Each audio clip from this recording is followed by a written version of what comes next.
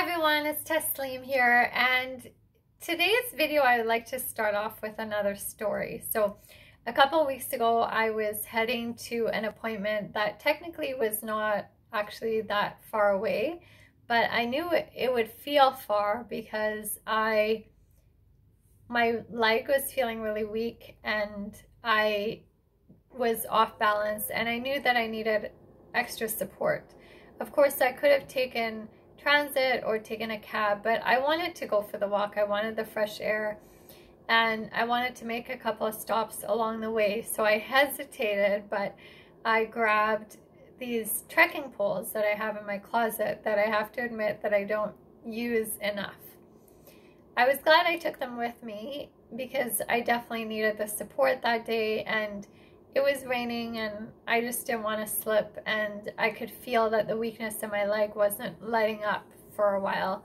So it definitely helped for me to get through the few blocks that I needed to get to my appointment. Once I was there, I was able to sit down for an hour through my appointment and get some more strength and just kind of get rejuvenated.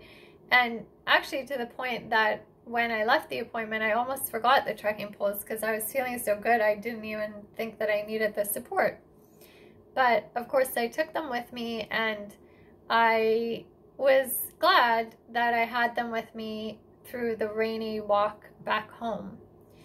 And as I was heading back home, there was an area in downtown Vancouver that I passed through on Granville Street, and it's above what we call Robson Square.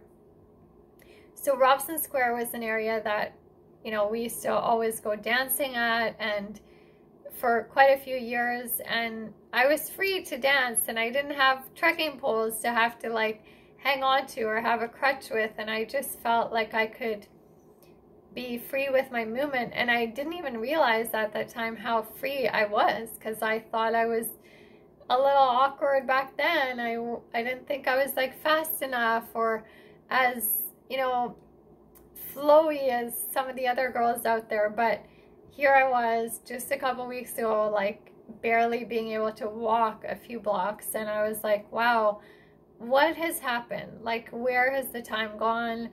I started getting fearful of like, if this is me needing trekking poles now after a few years to have that support, what's going to happen to me in a few more years? And I was feeling aged, like I felt older than I am. I felt kind of scared and a little defeated because I really believe in mind-body connection. I've been doing a lot of strength training and using dance as my healing mechanism, and I was like, okay, this is getting a bit strange now because I'm getting worried that I don't know how to do more of the healing because my body is having a tough time just going a few blocks from my place. So I was aware that I was thinking about this a lot, but I didn't realize how aware I was until there was a, sorry, there's a fly around me. There was a guy that I recognized from dance from many years ago who I just happened to see right there on that street. And I think he recognized me.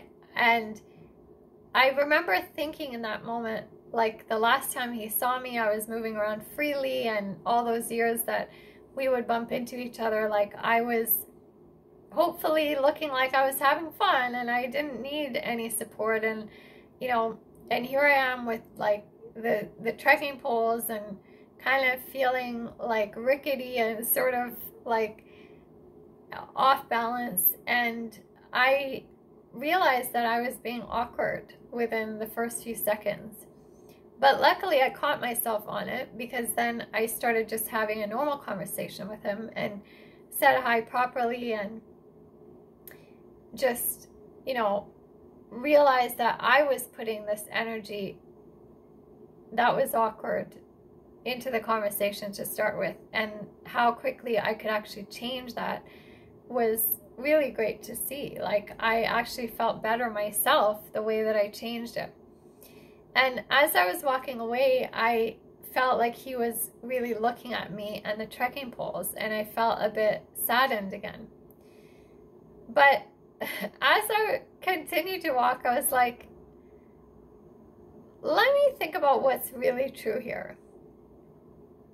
I don't know what he was thinking. And in fact, I don't know him that well. So it's possible he didn't even recognize me, or he didn't know who I was, and he could have been like, she looks familiar, but I'm not really sure how I know her. And that could have been part of why he was being awkward.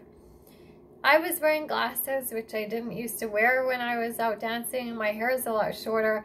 I'm wearing this huge, like, puffy jacket in the rain and a toque, and I'm carrying the trekking poles. Like, there could be so many reasons why he's looking at me like that. And probably one of the biggest reasons is that I was probably putting out this energy to the universe and everybody else out there.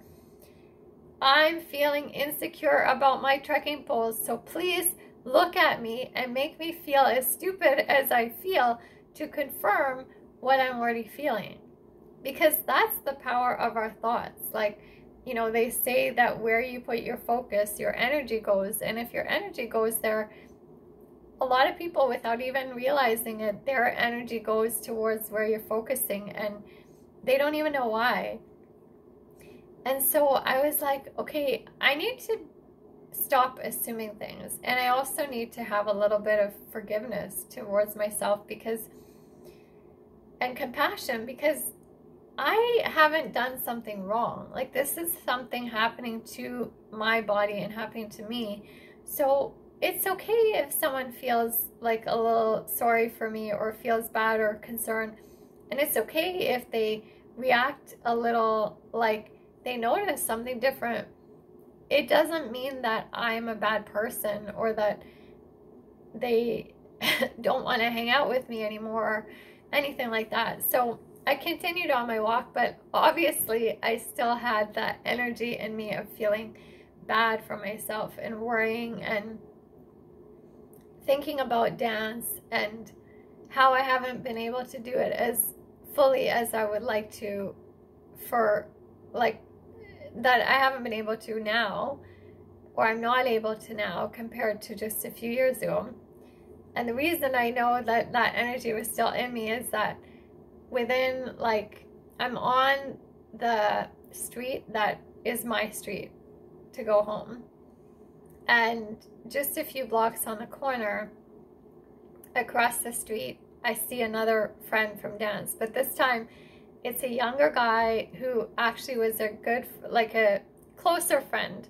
We knew each other for quite a few years, and I knew him from different dance scenes, but in particular he was really into hip-hop and groove, and I was more into the partner dance. And so we were doing an exchange where I would teach him a little bit of the tango moves and the bachata or zouk moves that I was learning, and he was teaching me a little bit of groove and hip-hop. So he definitely would know if it was me, if he saw me. But because I knew him in that closer kind of capacity, and because we were having fun together, and it was like dance and movement, and here I am feeling like an older woman who can barely move and is just like relying on this thing that almost looks like a cane, I got awkward. Like, we were far enough that it's possible that he didn't see my awkwardness, but I felt my awkwardness. And I don't know what he was thinking. And again, it shouldn't matter, because really, if he's a friend of mine, at the most, he's probably just thinking, I hope she's okay. Like, I hope she's okay. And, or he could have been in a hurry to get somewhere and he wasn't being like super friendly, but we were so far apart that what could he do anyway? Like, he acknowledged that he saw me. And I realized in those moments that I'm really being hard on myself. And why is it that I expect other people to accept whatever I'm going through, when I can't even accept myself for where I'm at? Because that's a pretty powerful thing, to accept where you're at, like physically in the location that you're at, but also physically in your body, or where you are health-wise, or what level you are at, or, you know, no matter what you're trying to achieve, like if you're not exactly where you want to be, and probably most of us are not, the first step should probably be accepting where you're at. And I didn't realize that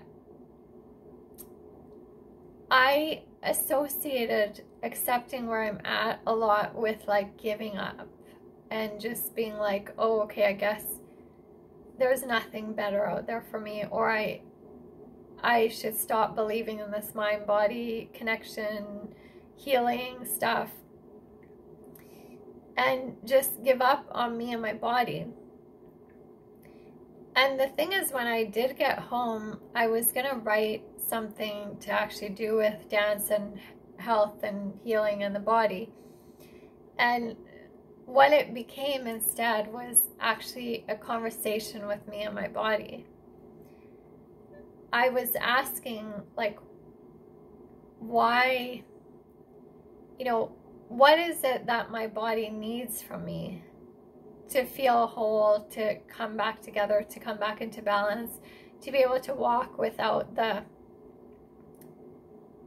trekking poles or without a crutch, or to feel less fearful and more in balance and more confident, and also to be able to dance again, because that's something that I want to do. And my body answered me in a way that I don't think I expected, but maybe inside internally I knew, but I wasn't admitting. And it said, why can't you accept me the way that I am? That's what I've always wanted from you. I actually get goosebumps right now thinking about it. It said, why are you not, sorry, there's a fly around me. It said, why can't you accept me wherever we're at? Like, you know, with the trekking poles, without them, like, I want to know that you're okay with us, like with me, the body, however we are at right now. Because I don't feel comfortable when you deny me, because it's like you're embarrassed about me. You don't want me around if I'm not perfect, and if I'm not strong enough, or if I can't compete against other people. And it sort of was saying that I've done this to it all my life. And it brought into, like, it emphasized for me that even when I was dancing, even when I was capable of, like, not having the trekking poles and just being free to move around, and I was still comparing myself to other people around me who had done, like, ballet since they were 3 and doing perfect pirouettes and doing splits in the middle of the salsa floor. And my body was like, even then, when you were so far beyond where you are right now in terms of, like, what you could do body-wise and freedom-wise in your body, you were still like, oh, I'm not good enough, I'm not. And it's like my body is saying, I want you to make me feel that I am good enough, because I'm the body that you chose to be in this lifetime, to come in here. And if you reject me, why do you expect other people to accept you, to accept us? And the crazy thing is that it was like it was telling me that this is what it's always wanted, even before I was dancing. You know, I always thought that I was not athletic. I always thought, like, I'm the last to be picked for a team. And my body was like, in that writing, was sort of telling me, even then, I just wanted you to accept me. Even if I drop the ball, even if I couldn't hit the baseball with the bat, even if I was the last to be picked for a team, or I was slow in tag and I always got tagged, my body was like, it didn't matter to me so much what other people thought. It didn't matter to me that I was picked last by other people, but my body was like, but I didn't want you. Oh my God, I feel like I'm gonna cry. I didn't want you to pick me last or reject me, because we are together. Like, we are together on this journey, and you picked me to come here with, and we are meant to do this journey together, to dance it through this journey, whatever that dance looks like, even if it's with trekking poles, even if it was like worse than that, or, you know, worse could be like, that's a matter of interpretation. But the crazy thing is that if you actually accept where you're at physically, and the body that you have, and where you're at in location, or the level you're at, and whatever you're trying to achieve, my body was telling me that actually once you do that for me, I can relax, and I can actually work with you for whatever it is that you want to do. But before that, you're pushing me so much to be different than I am, that I don't feel like I can trust you. I don't feel like you're gonna take my side if we do fall, if we do need trekking poles, if we do have to sit out from dancing for a while. And the thing is, once I got that message from my body, I realized all the amazing things that happened along my walk that I disregarded because I was so focused on the trekking poles and how stupid I thought I looked, or how helpless I thought I looked, or the fear of what was going to happen in the future. I missed out on the present. And I realized, like, I had this amazing moment with this older woman, because she was with a cane and I was walking with trekking poles. I also let a couple walk by ahead of me, because they just fly around me, because I felt like I was holding them up because I was walking slowly, but they were just so kind and started talking to me. And you know, the fact that I saw two people from dance that I haven't seen for a few years was an amazing thing. Like, and the fact that I had trekking poles to support me and get to my walk in a safe way was also amazing. And the thing is that even though this is not the goal, I'm not like disregarding what I've learned. I have found that since I listened to my body and had that conversation with it, I actually feel more able to walk, sometimes without the trekking poles, sometimes to just dance freely in my apartment.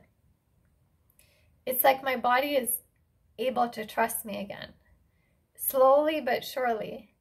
And so it's not an actual giving up when you accept where you're at. Like, if I accept that I need trekking poles on that day for support, it's not me giving up on everything, on myself. It's actually me giving myself the support that I need in that moment, in that situation, and to allow in the other things that could come to me, like my body and I having a conversation, like me interacting with the couple or with the older woman with the cane, me enjoying the walk and actually having to slow down to take in my surroundings. Like, there were so many amazing things that I was missing because I was so focused on thinking that I was not good enough where I was at.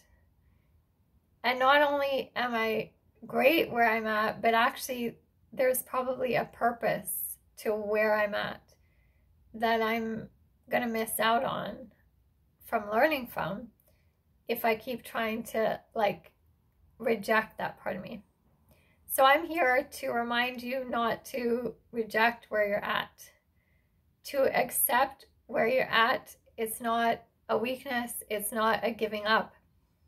It's actually a surrendering to and allowing into all these other amazing things that maybe along this journey, along this dance of life, we are meant to encounter. And I want to leave you with that thought, and I would love to hear your thoughts on it. Thank you so much for listening, and I will see you next time.